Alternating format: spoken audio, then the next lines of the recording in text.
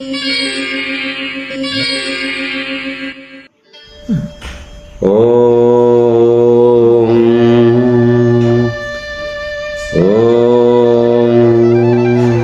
శ్రీ గురుభ్యో నమః. ఓం గం గణపతయే నమః. ఓం నమో భగవతే వాసుదేవాయ. నారాయణం నమస్కృత్య నరం చైవ నరోత్తమం దేవీం సరస్వతీం వ్యాసం తతో జయముదీరయేత్. ఓం నమః శివాయ. శ్రీ సీతారామచంద్ర పరబ్రహ్మణే నమః. ఆత్మీయ భక్తులకు శివస్మరణ తెలియజేస్తూ మనం ఈరోజు శివగీతలో 14వ అధ్యాయం పేరు పంచకోశ వివరణ యోగం అనే అధ్యాయం వింటున్నాం. శ్రీరాముడు అడుగుతున్నాడు, భగవన్ యది తే రూపం సచ్చిదానంద విగ్రహం నిశ్చలం నిష్క్రియం శాంతం నిరవధ్యం నిరంజనం. దేవా, నీ రూపము అందరి రూపములో నేత్రగ్రాహ్యము కాదంటివి, ఇంద్రియగ్రాహ్యము కాదంటివి. అది సచ్చిదానంద స్వరూపము, నిశ్చలము, క్రియారహితము, శాంతము, నిర్వికారము, నిర్లేపము, అసంగము అన్నారు.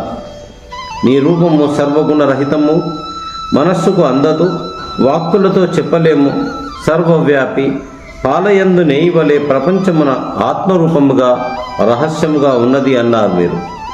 ఆత్మ విద్యలకు తపస్సులకు మూలమైన ఉపనిషత్తులకే అతీతమైనది, దృఢమైన మూర్తి లేనిది, సర్వభూతములందు గుణముగా ఆత్మరూపముగా ఉండునది, కారణ పదార్థములకే కారణమైనది అన్నారు.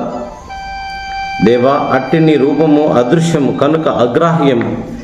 దానిని పట్టుకునుట ఎట్లు, పట్టుకుననిచో తరించుట ఎట్లు అని అయినాడు కనుక నీ రూపమును గ్రహించే ఉపాయమును చెప్పండి అంటున్నాడు శ్రీరాముడు. ఈశ్వర ఉవాచ. శివుడు ఈ విధంగా చెప్తున్నాడు, రామా, ఉపాయం చెప్తాను వినుము. ముందు సగుణమూర్తులైన శివ, విష్ణు, అగ్ని, వాయు, ప్రాణ మొదలైన వారిని ఉపాసించవలేను. శివుణ్ణి, విష్ణువుని, అగ్నిని, వాయువును, ప్రాణరూపములైన వారిని ఉపాసించ. ఇది స్థూల అరుంధతి న్యాయం. అనగా అరుంధతి నక్షత్రము చాలా సూక్ష్మముగా కనబడుచుండు, నేరుగా దానిని గుర్తించడం కష్టం. అందువలన దానికి దగ్గరగానున్న పెద్ద నక్షత్రము లేదా వశిష్ఠ నక్షత్రమును లేదా సప్తర్షుల తోకను చూపి అందరి వశిష్ఠ నక్షత్రం వద్ద కొంతసేపు దృష్టి నిలిపితే ఆ దగ్గరలో మకమకలాడుచున్న అరుంధతి నక్షత్రం దర్శనం కాగలదు. అట్లే నిర్గుణ పరబ్రహ్మము మన ఆత్మను కనుగొనుట కష్టము కనుక ముందు సగుణ బ్రహ్మలైన అగ్ని, మిత్ర, వరుణ, ఇంద్ర, విష్ణు, శివాదులను ధ్యానించుట లేదా దేహగత ప్రాణ మనస్సులు మొదలగు వారిని బ్రహ్మముగా ఉపాసన చేయిస్తారు. ఆ తర్వాత అచ్చటనే లభ్యమగు పరమాత్మను దర్శింపగలము. ముందు స్థూలమును చూపి తర్వాత అరుంధతిని చూపినట్లు సూక్ష్మమును చూపుట కనుక అది స్థూల అరుంధతి న్యాయం అంటున్నారు. ఈ శరీరము అన్నమయమైన ఒక ముద్ద. దీనికి జననం, మరణం, జర, వ్యాధులు అన్నీ ఉన్నాయి. జర అంటే వృద్ధత్వం, వ్యాధులు ఉన్నాయి. అయినా జీవుడు శరీరమును తాను అని భావించడం వలన శరీరమే ఆత్మ అంటారు. ఈ శరీర ఆత్మ భావన ఎన్నటికీ పోదు. ఆత్మ నిత్యము, దానికి జననం లేదు, మరణము లేదు. పుట్టుక, ఉనికి, మార్పు, పెరుగుదల, తరుగుదల, మరణం అని 6 దశలు శరీరానికి కానీ ఆత్మకు కాదు. కుండలో ఉన్న ఖాళీకి కుండకు సంబంధించిన ఏ వికారము అంటదు. శరీరంలో ఉన్న ఆత్మకు శరీర వికారాలు ఏవి అంటవు అని పండితుడు విచారణ చేయవలెను. ఈ శరీరంలో ప్రాణాది వాయువులతో బంధింపబడిన ప్రాణమయ కోశము మూసలో ఉంచిన బంగారం వలె దిగబడి ఉన్నది. పాదాది కర్మేంద్రియములతో కలిసి చలనాది క్రియలు చేయనట్టి ప్రాణకోశము ఆత్మ కాదు. ఇది చైతన్య స్పర్శ వలన కలుగుతుంటుంది. ఆకలి దప్పులకు ఇది బాధపడుతుంటుంది. ఆహార పానీయాలు లేకపోతే ఇది ఎగిరిపోతుంది. స్వతహాగా ఇది జడం కనుక ఆత్మ కాదు. శరీరానికి నీళ్లు, అన్నం లేకపోతే ఇది ఎగిరిపోతుంది, ఉండదు అంటున్నాడు. జ్ఞానరూపమైన ఆత్మ అదే ఈ శరీరాన్ని గమనించే తెలివి. దాని వలన అహంకారం, మమకారాది జ్ఞానాంశాలు కలుగుతున్నాయి. ఆత్మ మాత్రం ఇవేమీ అంటనిది. అది కేవలం ఆనంద సముద్రము. బ్రహ్మము దేనిని తినదు, ఏది బ్రహ్మమును తినదు. ప్రాణమయ కోశమున మనోమయ కోశం ఉంటుంది. మనస్సు సంకల్ప వికల్పములు చేస్తుంటుంది. అది సహజ క్రియ. దానికి బుద్ధి ఇంద్రియములు సహాయపడతాయి. మనోమయ కోశంలో కామము, క్రోధము, లోభము, మోహము, మాత్సర్యము, మదము అను 6 షడ్వికారములు ఉంటాయి. దానితో పాటు కోరికలు, మమకారములు, అసహ్యములు కలిగి ఉంటుంది. ఇక మనోమయ కోశంలో బుద్ధి, ఇంద్రియాలు ఉంటాయి. ఇంద్రియాలతో కలిసిన బుద్ధియే విజ్ఞానము, వేదశాస్త్ర పరిజ్ఞానము. దాని వలన కార్యకార్య విచక్షణ, ఇది చేయాలనే నిశ్చయము, ఇదంతా బుద్ధి లక్షణము. దీనిని విజ్ఞానమయ కోశము అంటారు. దేహంలో కర్తను నేను అన్న అభిమానం కలవాడు వీడే. ఇందులో సందేహము లేదు. వీడే వ్యవహారికంగా జీవుడు అని పిలువబడేది. వీనికి ఇహలోక పరలోక యాత్రలు, పాపపుణ్యములు వీడివే. పంచభూతములోని సాత్వికాంశాల నుండి, అత్యంత సారగుణతత్వము నుండి ఇంద్రియాలు, బుద్ధి పుట్టినవి. అందులో ఆకాశము నుండి చెవి పుట్టింది, భూమి నుండి ముక్కు, నీటి నుండి నాలుక, అగ్ని నుండి కన్ను, వాయువు నుండి చర్మము పుట్టినవి. అందువలననే వీటిని భౌతికములు, పంచభౌతికములు అని కూడా చెప్తున్నాము. ఆకాశాది పంచభూతముల యొక్క సాత్వికాంశముల నుండి బుద్ధి, మనస్సు జన్మించినవి. అందులో బుద్ధి నిశ్చయ స్వరూపము. ఆకాశ రాజసాంశము నుండి వాక్కు, ఇలా పంచభూత రాజసాంశముల నుండి పంచ కర్మేంద్రియములు ఏర్పడినవి. పంచభూతముల యొక్క సమిష్టి రజో అంశాల నుండి ప్రాణాది వాయు పంచకము పుట్టినది. ఇవి అన్నీ అనగా 5 జ్ఞానేంద్రియాలు, 5 కర్మేంద్రియాలు, 5 ప్రాణాది వాయువులు, మనస్సు 1, బుద్ధి 1, మొత్తం 15 కలిసి లింగ శరీరము అంటారు. లింగ శరీరము సాక్షి చైతన్యములో సంబంధించి చైతన్యవంతమవుతుంది. అగ్నిలో బాగా కాలిన ఇనుపగుండు అగ్నిలాగా ఎర్రగా అయిపోతుంది. అలా లింగ శరీరము సాక్షి సంబంధం చేత చైతన్యంగా అవుతుంది. కర్మ ఫలములను అనుభవిస్తును. దుఃఖమైన, ఆనందమైన అక్కడే అనుభవిస్తుంది. ఇక విజ్ఞానమయ కోశంలోని విజ్ఞానాత్మ, విజ్ఞానం బుద్ధి సహాయంతో కర్త అవుతుంది. అదే ఆత్మ ఆనందమయ కోశంలో సుఖ దుఃఖాదులను అనుభవిస్తుంది, కనుక భోక్త అవుతుంది. అంటే ఒక వ్యక్తి వంట చేస్తూ పాకానికి కర్త అవుతాడు, వంటను తింటూ భోక్త అవుతాడు. సర్వలోక ఫల భోక్త అతడే. అధ్యాసను జ్ఞానంతో పోగొట్టుకుని తన స్వరూపంతో ఉన్న సాక్షి అవిద్యామాత్రయుతుడై ఆత్మగా ఉండును. అంతఃకరణానికి, అనుభవాలకు, స్మరణానికి అతడే సాక్షిగా ఉండును. అంతఃకరణాన్ని ఆరోపణ చేయటం వలన అధ్యాస పొందిన ఆత్మకు భోక్త, సాక్షి అనే 2 దశలున్నాయి. ఆనందమయ కోశంలో కర్త అయిన ఆత్మ అతీతంగా సుషుప్తి సమాధులలో సాక్షి అవుతాడు. శరీరము, ఎండ, నీడ 2 ఆ ఎండలోనే ఉంటాయి. అట్లే ఆత్మ యొక్క వెలుగు అనగా సాక్షి దశ, నీడ అనగా భోక్త దశ, ఈ 2 సాక్షి వెలుగులోనే ఏర్పడతాయి. అందులో సాక్షి భోగదాత, జీవుడు భోగి అవుతాడు. శరీరము రథము, జీవుడు రథికుడు, బుద్ధి సారథి, మనస్సు పగ్గము అని భావించవలేను. ఇంద్రియాలు గుర్రములు లాంటివి. విషయాలు ఆ గుర్రాలు తిరిగే భూములు. మనస్సుతోనూ ఇంద్రియాలతోనూ కలిసిన పురుషుడే భోక్త, జీవుడు. అట్లే శాంతుడు, దాంతుడు అయిన సాధకుడు అరటి చెట్టు దొప్పలు ఒక్కొక్కటి వలిచి లోపల తెల్లని ఊజను గ్రహించినట్లు పంచకోశములను మనోధారణతో వలిచి సారమైన ఆత్మను పొందవచ్చును. ద్విజుడు మనస్సును ఏకాగ్రం చేసి నిగ్రహించి సాధకుడు నిరాకార పరబ్రహ్మమునందు నిలపవలేను. మనస్సును నిలిపిన తర్వాత అది ఆ అదృశ్యము, అగ్రాహ్యము, అవ్యయము, అస్థూలము, అణువణువు, అహ్రస్వమును అన్ని వేదములో చెప్పబడిన పరమాత్మను గ్రహించగలుగును.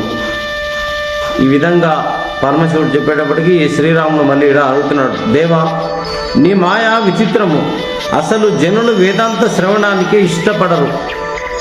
వేదశాస్త్రాలు చదివిన వారైనా, సత్యవాదులు, సోమయాజులు అయినను కొంచెం విన్నా ఆత్మజ్ఞానం పొందటం లేదు. కొందరు తెలుసుకొని మిథ్యగా తలంచుతున్నారు అనేటప్పటికీ శివుడు మళ్ళీ చెప్తున్నాడు, రామ ఇది ఎంతే, అదంతా సత్వరహితము గుణాత్మకమైన నా మాయనే. ఈ దైవానుసారిని అనగా కర్మఫలానుసారిని, దాన్ని జయించుట కష్టము. కానీ నన్ను శరణు వేడిన వారు తప్పక దీనిని జయించి దాటగలుగుతారు. నా యందు శ్రద్ధ లేని భక్తిహీనులు కర్మఫలం మీద ఆశపడి ఇహలోక పరలోక ఫలితాలను కోరుకుందరు. కర్మఫలము శాశ్వతం కాదు, క్షయశీలమైనది, తేడాలతో కూడినది, స్వల్పకాలికమైనది. ఈ సంగతి తెలియక నరాధములు కర్మలను చేసి కర్మఫలములు పొంది మాటి మాటికి జనన మరణములను పొందుతూ ఉన్నారు. అనేక జన్మలెత్తిన తర్వాత అనేక జన్మల యందు ఆర్జించిన పుణ్యఫలముగా ఒకనికి ఎవరికో నా యందు భక్తి కలుగుతుంది. నా యందు భక్తి శ్రద్ధలు కలుగు వానికి జ్ఞానం కలుగును. ఇతర కార్యాసక్తులైన వానికి కోట్ల జన్మలెత్తినా నా భక్తి రాదు. కనుక నీవు ఇతర విషయాలను వదిలి నా భక్తిని స్వీకరింపుము రామ. సర్వ కర్తవ్యములను వదిలి నన్నే శరణు పొందుము. నేను నిన్ను సమస్త పాపముల నుండి విడిపించి మోక్షం ఇవ్వగలను, శోకింపకము. రామ, నీవు ఏమి చేసినా, తినినా, హోమం చేసినా, దానం చేసినా, తపస్సు చేసినా అంతే నాకే సమర్పించుము. ఇంతకు మించిన శివభక్తి లేదు. ఇలాంటి శ్లోకమే మనకు భగవద్గీతలో కూడా ఉంది. ఆ శ్లోకాలు ఇందులో 2 శ్లోకాలు ఇక్కడ మనం చూడొచ్చు. సర్వధర్మాన్ పరిత్యజ్య మామేకం శరణం వ్రజ అహం త్వా సర్వపాపేభ్యో మోక్షయిష్యామి మా శుచా అని అక్కడ శ్రీకృష్ణుడు చెప్పాడు, ఇక్కడ పరమశివుడు చెప్తున్నాడు రామునికి. అలాగే యత్కరోసి యదస్నాసి యత్ జుహోసి దదాసి యత్ తపస్యసి కౌంతేయ తత్కురుష్వ మదర్పణం. అర్జునుడు కూడా ఇలాగే చెప్పాడు, అర్జున ఏం తింటున్నావు, ఏ దానం చేస్తున్నావు, ఏది యజ్ఞం చేస్తున్నావు, ఏ తపస్సు చేస్తున్నావు, అదంతా కూడా నాకు సమర్పించవయ్యా అన్నాడు శ్రీకృష్ణుడు. ఇక్కడ పరమశివుడు కూడా నీవు చేసే కర్మలన్నీ నాకు అర్పించవయ్యా అన్నాడు. ఈ విధంగా పద్మపురాణే ఉపరిభాగే శ్రీ శివగీతాసు ఉపనిషత్తు బ్రహ్మ విద్యాయాం యోగశాస్త్రే శ్రీ శివరాఘవ సంవాదే పంచకోశ వివరణ యోగో నామ చతుర్కోశాయ 14వ అధ్యాయం ముగిసింది. ఇప్పుడు 15వ అధ్యాయ సారాంశాన్ని వినే ప్రయత్నం చేద్దాం. దీని పేరు భక్తి యోగము. మనకు భగవద్గీతలో భక్తి యోగం 12వ అధ్యాయం, కానీ శివగీతలో భక్తి యోగం 15వ అధ్యాయం ఉంది. శ్రీరామ ఉవాచ, దేవ పరమేశ్వర, నీ భక్తి ఎటువంటిది? అందు నిర్వాణ రూపమైన అనగా లయరూప ముక్తినిచ్చి ఆ భక్తిని గురించి నాపై అనుగ్రహముతో వివరింపుము అంటున్నాడు రాముడు. శ్రీ శివ ఉవాచ, ఎవడు తన వేదాధ్యయనమును, యజ్ఞయాగములను, దానాలను పరమేశ్వర ప్రీతిగా సమర్పణ భావం చేయునో వాడే నా భక్తుడు, వాడే నాకు ఇష్టడు. మనం చేసే పుణ్యకార్యక్రమాలు ఏవైనా కూడా చివరికి శివార్పణం అనడమే సర్వోత్కృష్టమైన కర్మ అని చెప్తున్నాడు శివయ్య. శ్రోత్రియుని గృహము నుండి భస్మమును తెచ్చుకొని దానిని అగ్ని మొదలగు మంత్రములతో యథావిధిగా మంత్రించవలేను. ఆ భస్మం ఒంటి నిండా పూసుకొని దానితో నన్ను పూజింపవలేను. రామ, ఇంతకు మించి శివభక్తి ఇంకొకటి లేదు. అంటే మొత్తాన్ని విభూతి ధారణ చేసుకోమంటున్నాడు శివుడు. నిత్యం రుద్రాక్షలు కంఠ శిరస్సులను ధరించి పంచాక్షరి జపం చేయవాడు నా ప్రియ భక్తుడు. సర్వదా శిరసా కంఠే రుద్రాక్షాన్ ధారయేత్తు యః పంచాక్షరీ జపరతః సమే భక్తః సమే ప్రియః. శివుని యొక్క భక్తుడుగా అయితే మెడలో రుద్రాక్షలు ఉండాలి, అంతే. ఓం నమః శివాయ. ఇదిగో చూడండి, రుద్రాక్షలు ఉంచుకోవాలి శివుడు భక్తుడి.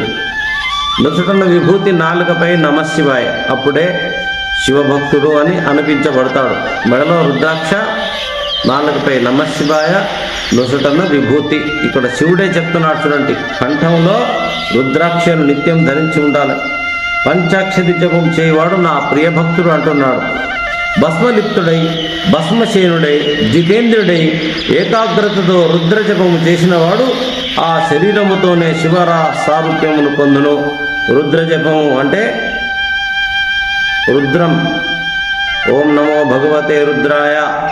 అది మొత్తం రాకుండా కనీసం పంచబ్రహ్మ మంత్రాలు వచ్చినా సార్. ఓం సద్యోజాతం, ఓం వామదేవాయ నమ, ఓం అఘోరాయ నమ, ఓం తత్పురుషాయ నమ, ఓం ఈశానాయ నమ. ఇవి పంచబ్రహ్మ మంత్రాలు. ఈ 5 మంత్రాలు వచ్చినా కూడా చాలు. రుద్ర సూక్తమును, అధర్వ శిరోపనిషత్తును, కైవల్యోపనిషత్తును, శ్వేతాశ్వతర ఉపనిషత్తును నిత్య జపము చేయవాడు నాకు అత్యంత శ్రేష్ఠ భక్తుడు అంటున్నాడు శివుడు. ధర్మాధర్మములకు, పాప పుణ్యములకు, కృతాకృతములకు, భూత భవిష్యత్తులకు భిన్నమైన ఒక విషయం చెప్తాను వినుము రామ.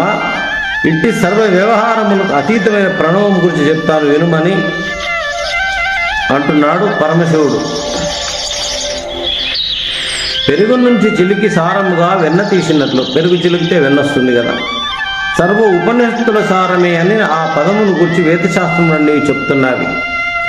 ఏ పదమును వశము చేసుకునుట మహర్షులు బ్రహ్మచర్యమును ఆచరిస్తున్నారో, ఏది నాకు స్థానము ఆ పరమపదమును గురించి సంగ్రహంగా ఒక్క అక్షరంలో చెప్తాను. అదేనయ్య ఓం అనే అక్షరం చెప్పారు శివుడు. ఈ ఓంకారమే పరబ్రహ్మ. ఈ అక్షరమే అక్షరములో శ్రేష్టము. ఈ అక్షరమును తెలుసుకున్న వానికి కోరినదెల్లా లభిస్తుంది అంటున్నాడు. ఈ ఓంకారమును ఆధారములలోకెల్లా శ్రేష్టమైనది. ఇది పరమైన ఆధారము. దీనిని ఆధారముగా తెలిసి పొందినవాడు బ్రహ్మలోకమున ఆనందపడతాడు. వేదములనే ఆవులకు ఇది ఆంబోతు వంటిది. దీనిని వృషభం అంటారు. అజ్ఞానంచే కప్పివేయబడిన బ్రహ్మకోశం ఇది. ఇది అమృత స్వరూపమును పట్టి ఉంచిన సేతు. ఇదే అంతిమ గమ్యం. ఈ ఓంకారములకు 4 మాత్రలు, ఆ, ఊ, మా ప్లస్ అర్ధ సున్నా. ఈ 4 అనగా ఓం మీద ఉన్న అనుసరణ ధ్వని అర్ధమాత్ర అని యోగ సంప్రదాయం. అంటే ఓం ఉచ్చరించే కంటే ముందు, ఉచ్చరించిన తర్వాత శూన్యమే ఉంది కాబట్టి ఆ అర్ధశూన్యాన్ని కూడా కలుపుకున్నారు ఇందులో. మొదటిదైన అకారమునందు భూలోకము, ఋగ్వేదము, బ్రహ్మ, 8 మంది వసువులు, అట్లే గార్హపత్య అగ్నియు, గాయత్రియు, గంగయు, ఇట్లే ప్రాతకాలము చేయు అవనము అనగా యజ్ఞ భాగమును కూడా ఉన్నాయట. 2వ మాత్ర యందు భువర్లోకము, విష్ణువు, రుద్రుడు, అనుష్ఠు ఛందస్సు, అట్లే యమునా నది, దక్షిణాగ్నియును, అట్లే మధ్యాహ్న సవరము ఉన్నాయి. ఇక 3వ మాత్ర అయిన మకారమునందు సువర్లోకము, సామవేదములు, ఆదిత్యుడును, మహేశ్వరుడు, ఆహ్వానీయమనబడు అగ్ని, జగతి అను ఛందస్సు, సరస్వతీ నది, అధర్వవేదముగా చెప్పబడిన ఈ సాయంకాల సవనమును ఉన్నట్లు చెప్పబడను.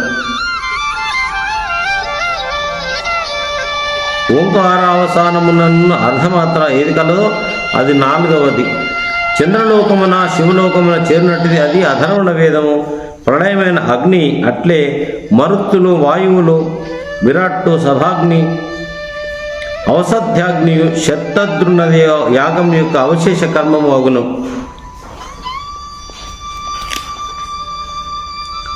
ఓం ఇది అకార ఉకార స్వరూపము, సంయుక్త వర్ణనం ఓంలో. ఇందు మొదటిది అరుణము, ఇది సృష్టి కామరూపం కనుక ఎరుపు. తర్వాతది వెలుగు రూపము, తర్వాతది మెరుపు తీగ వలె క్షణము మెరుగు దృశ్యము. 4వది సత్వప్రధానమైన శుక్ల స్వచ్ఛరూపము, ఇది అర్ధమాత్ర అని చెప్పబడను. ఇది నాదరూపము, అర్ధచంద్ర రూపము అంటారు. ఇది భూమధ్యము నుండి సూక్ష్మ షట్చక్ర రూపముగా రకరకాల విద్యుత్ రూపములు చెందుతూ పోయి సహస్రారమున బిందువునందు లయమొకట యోగ సంప్రదాయం.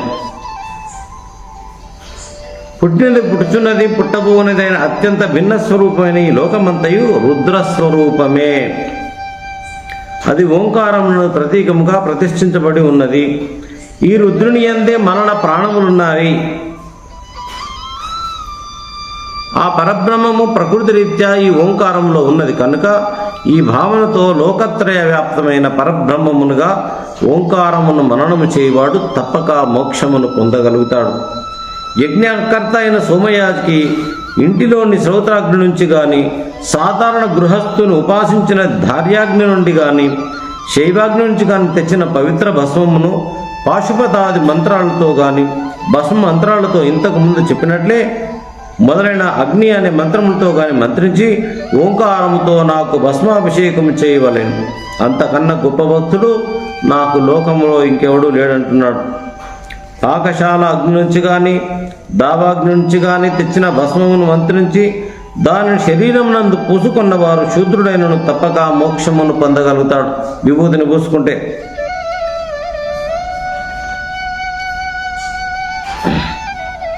దర్భలు, మారేడు దళాలు, పువ్వులు, కొండ పువ్వులు, అడవి పువ్వులు వీంత ఓంకార సహితంగా పూజించేవాడు నాకు ప్రియ భక్తుడు. ఓం అనుకుంటూ పెట్టాలట మారేడు దళాలు శివయ్య మీద.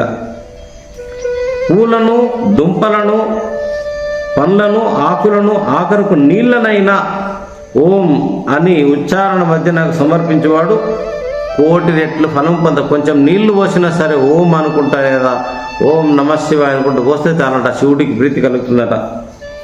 అహింస, సత్యభాషణము, దొంగతనము చేయకుండుట, శుచిత్వము, ఇంద్రియ నిగ్రహము, నిత్యము వేదాధ్యయనము ఎవనికి కలవు అతడు నాకు ప్రియభక్తుడు, వాడు నాకు చాలా ఇష్టడు అంటున్నాడు శివుడు. రోజు శివాలయమునకు వచ్చి నాకు ప్రదోష పూజ చేయవాడు జీవితకాలంలో జీవన్ముక్తిని పొందడమే కాదు ఐశ్వర్యాన్ని కూడా పొందుతాడు. దేహాంతరము నా యందు లయము చెందుతాడు. అష్టమి నాడు, చతుర్దశి నాడు, పౌర్ణిమ, అమావాస్యలందు అందున రాత్రిపూట కృష్ణపక్షంలో భస్మ లిప్తాంగుడై పూజించువాడు నా ప్రియభక్తుడు. ఏకాదశి నాడు ఉపవాసముండి రాత్రిపూట, ఆదివారం, సోమవారం కూడా అయితే మరీ విశేషం పూజ చేసిన వాడు నా ప్రియభక్తుడు అంటున్నాడు. పంచామృతములలో పాలు, తేనె, నీరు, పెరుగు, నెయ్యి కానీ పంచగవ్యములతో కానీ పూలతో, నీటితో కానీ, దర్భన నీళ్లతో కానీ నన్ను అభిషేకించిన వాడు నాకు సర్వ ప్రియభక్తుడు అంటున్నాడు. పాలతో కానీ, నేతితో కానీ, తేనెతో కానీ, చెరుకు రసముతో కానీ, మామిడి పండు రసముతో కానీ, కొబ్బరి నీళ్లతో కానీ, చందన జలముతో కానీ రుద్రమంత్రమును ఉచ్చరిస్తూ అభిషేకం చేయవాడు నాకు అత్యంత ప్రియభక్తుడు. సూర్యునికి ఎదురుగా నిలబడి చేతులెత్తి అంజలి ఘటించి నీటిలో నిలబడి సూర్యబింబగతుడైన నన్ను ధ్యానిస్తూ అధర్మణ మంత్రములతో నన్ను జపించవలేను. అట్టి సాధకుడు గృహ యజమాని తన సొంత ఇంటిలో ప్రవేశించిన తేలికగా నా తేజస్సులో లీలమవుతాడు అంటున్నాడు పరమేశ్వరుడు. బృహదంతర సామములను, వామదైవ్యమును, దేవవర్ధములను, తత్సంబంధమైన ఆద్య దోహములను నా ముందర గానము చేసేవాడు ఇహలోకమున ఐశ్వర్యమును అనుభవించి చివరికి నా సాయుధ్యమును పొందుతాడు అంటున్నాడు. ఇక ఈశావాస్యం ఎదగం సర్వమనే ఈశావాస్యోపనిషత్తులోని మంత్రములను నా ఎదుట నిత్యం చదివేవాడు నా సాయుధ్యమును పొందుతాడు, నా లోకమున ఆనందాన్ని కూడా పొందుతాడు. రామ, సర్వకామఫలదాయకమైన భక్తి యోగమును వివరించాను, ఇంకా నీవు నా నుండి ఏం వినకోరుచున్నావు అని 15వ అధ్యాయం కూడా ముగించాడు శ్రీ పరమశివుడు. ఈ విధముగా శ్రీ పద్మపురాణే ఉపనిభాగే శివగీతాసుపనిషత్సు బ్రహ్మవిద్యాయాం యోగశాస్త్రే శ్రీ శివరాఘవ సంవాదే భక్తియోగో నామ 15వ.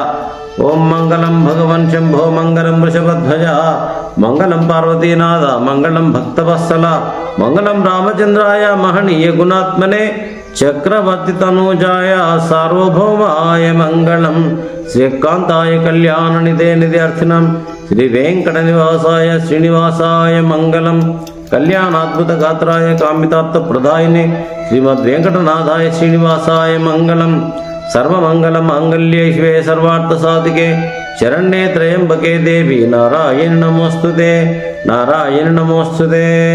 సర్వం శ్రీ పార్వతీ పరమేశ్వర స్వామి దివ్య చరణారవిందార్పణమస్తు. ఈ కార్యక్రమాన్ని వీక్షిస్తున్న భక్తులందరికీ శివస్మరణలు, శుభాశీస్సులు తెలియజేస్తూ మన కార్యక్రమాన్ని లైక్ చేయండి, ఇతరులకు షేర్ చేయండి, కొత్తవారైతే సబ్స్క్రైబ్ చేయండి ఛానల్. ఓం. ఇంకా ఒక అధ్యాయం మాత్రం ఉంది, ఇందులో పూజా విధానం, జప విధానం, ధ్యాన విధానం ఉంటుంది, తప్పకుండా విందాం. ఓం నమః శివాయ. శుభం. స్వస్తి.